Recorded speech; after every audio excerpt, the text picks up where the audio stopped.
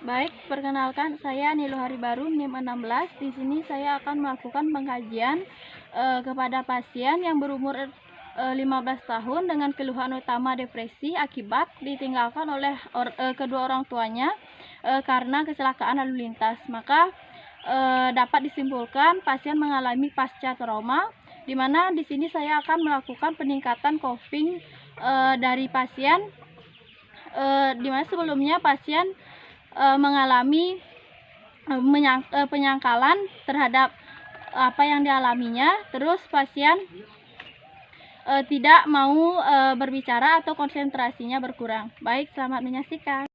Baik, di sini saya sudah siap ke pasien, saya sudah mempersiapkan peralatan yang diperlukan, saya juga sudah mempersiapkan jiwa mental saya untuk menghadapi si pasien dengan depresi. Makasih.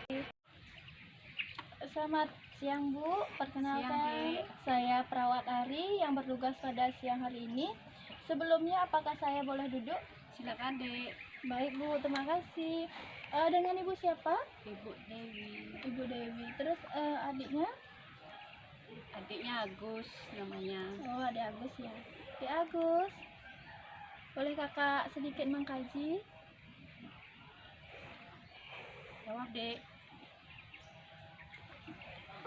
Baik Bu, karena kondisi adiknya masih kurang kondusif, jadi saya lebih bertanya kepada ibunya ya. Sebelumnya adiknya kenapa ya Bu? Sebelumnya adiknya Agus ini biasa-biasa aja Dek. Sejak ditinggal sama kedua orang tuanya jadi begini Dek. Terus bagaimana sikapnya di rumah? Pendiam aja, nggak mau banyak ngomong. Gitu ya. Adik, boleh kakak sedikit cerita sama adik? Dengan adik siapa? Adik Agus ya? Adik Agus, apakah sudah makan? Adik Agus sudah mandi? Baik, di sini kakak bertugas untuk sedikit mengkaji keadaan adik. Lebih lanjutnya nanti di pertemuan 1 jam kemudian kakak kembali lagi, di mana kakak akan sedikit mengkaji keadaan adik. Apakah boleh? Baik adik, nanti 1 jam kemudian kakak kembali lagi. Adik tolong diam di sini ya, bersama ibunya juga ya. Ya Bu, Kasih Dek. setelah itu saya tinggalkan untuk waktunya. Nanti kurang lebih 1 jam kemudian saya akan kembali lagi untuk mengkaji adiknya. Makasih Dek atas kebaikannya. Baik Bu, baik Di, kan kemarin kakak sudah bilang kalau kakak hari ini mau sedikit ngobrol-ngobrol mengenai keadaan adik. Sebelumnya bagaimana keadaannya Dek Agus? Baik ya.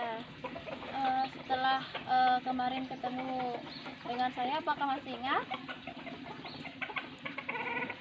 Ingat? Baik, di sini kakak Kak Ari. Adik lebih suka dipanggil Agus atau adik aja? Agus ya. Baik Gus, di sini kakak sedikit mengkaji, boleh kan?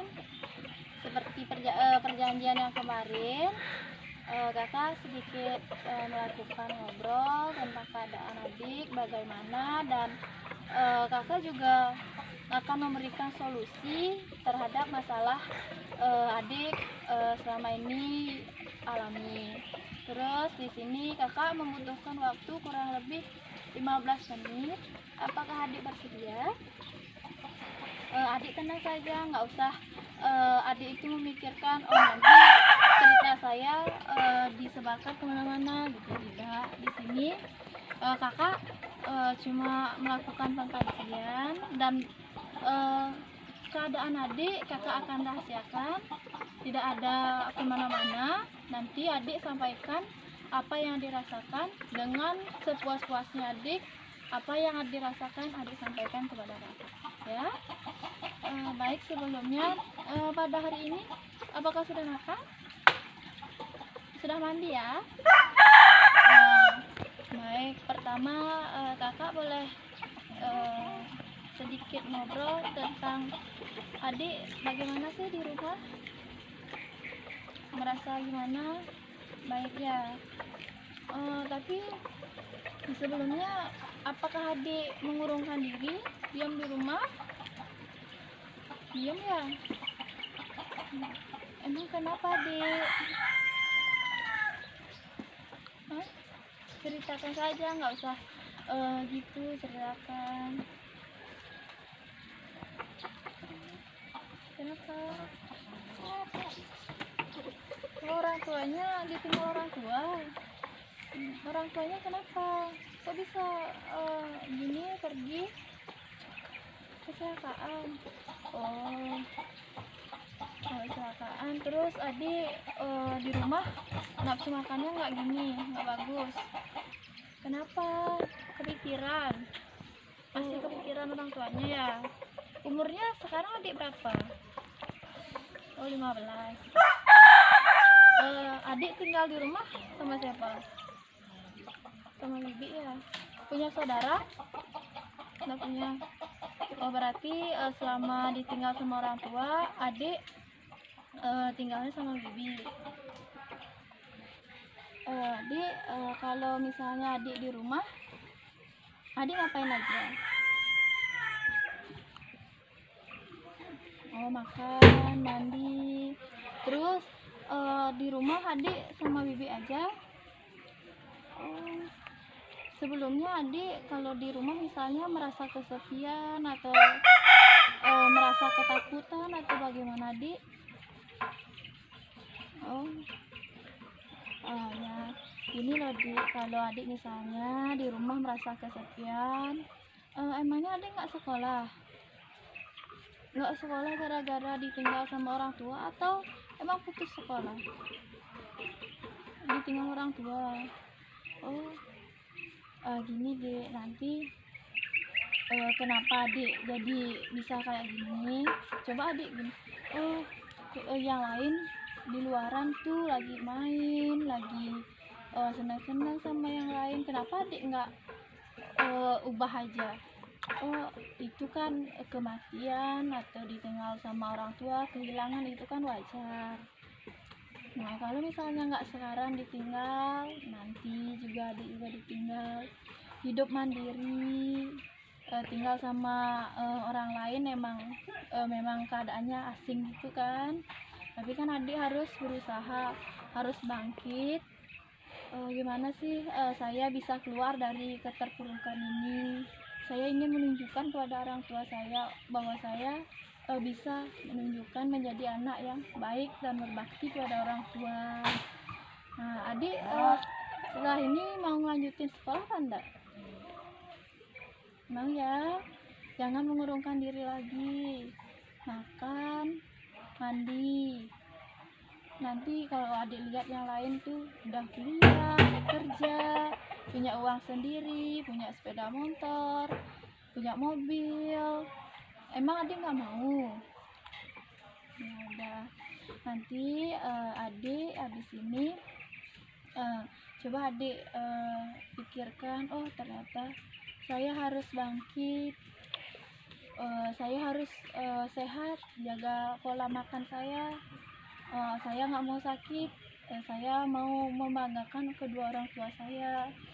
Kalau proses kehilangan ditinggal orang tua itu wajar ya Dik ya. Apakah perasaannya sekarang bagaimana Dik? Apa sudah tenang atau masih gelisah? Sudah tenang ya? Baik Dik, nanti pertemuan selanjutnya kakak lebih mengobrol-ngobrol lagi. Untuk pertemuan kali ini kakak cukupkan. Sebelum kakak meninggalkan ruangan, apakah ada yang adik ingin tanyakan? Tidak ada. Kalau tidak ada, terima kasih adik ya atas waktunya, dan adik mau sedikit ngobrol sama kakak tentang keadaannya. sebelumnya apakah adik paham dengan apa yang kakak bilang? Paham ya? Kalau boleh kakak tahu, adik di rumah akan melakukan apa? Bergaul, lagi pola makan, lagi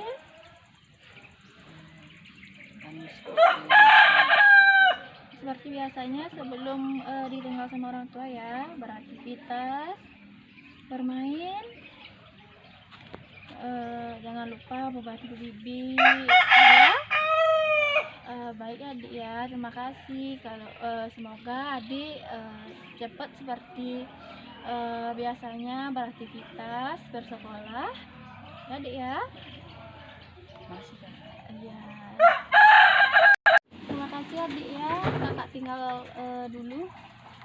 Kasih, kakak kembali besok ya. Baik, di sini saya sudah melakukan kegiatan dalam melakukan pengkajian data atau keadaan dari pasien yang bernama Agus dan orang tuanya atau wali yang bernama Bu Dewi pada tanggal 5 Mei 2020, di mana sebelumnya pasien mengatakan mengurungkan diri, tidak mau beraktivitas dan berkonsentrasi tidak baik. Setelah saya melakukan pengkajian dan memberikan sedikit coping untuk meningkatkan copingnya, maka adik si pasien telah menyatakan bahwa sudah bisa memahami dan mau melakukan aktivitas, bergaul, mengubah pola makan, mandi, dan bermain dengan teman-temannya serta melanjutkan sekolah. Terus sekian dari pengkajian pada hari ini, saya ucapkan terima kasih.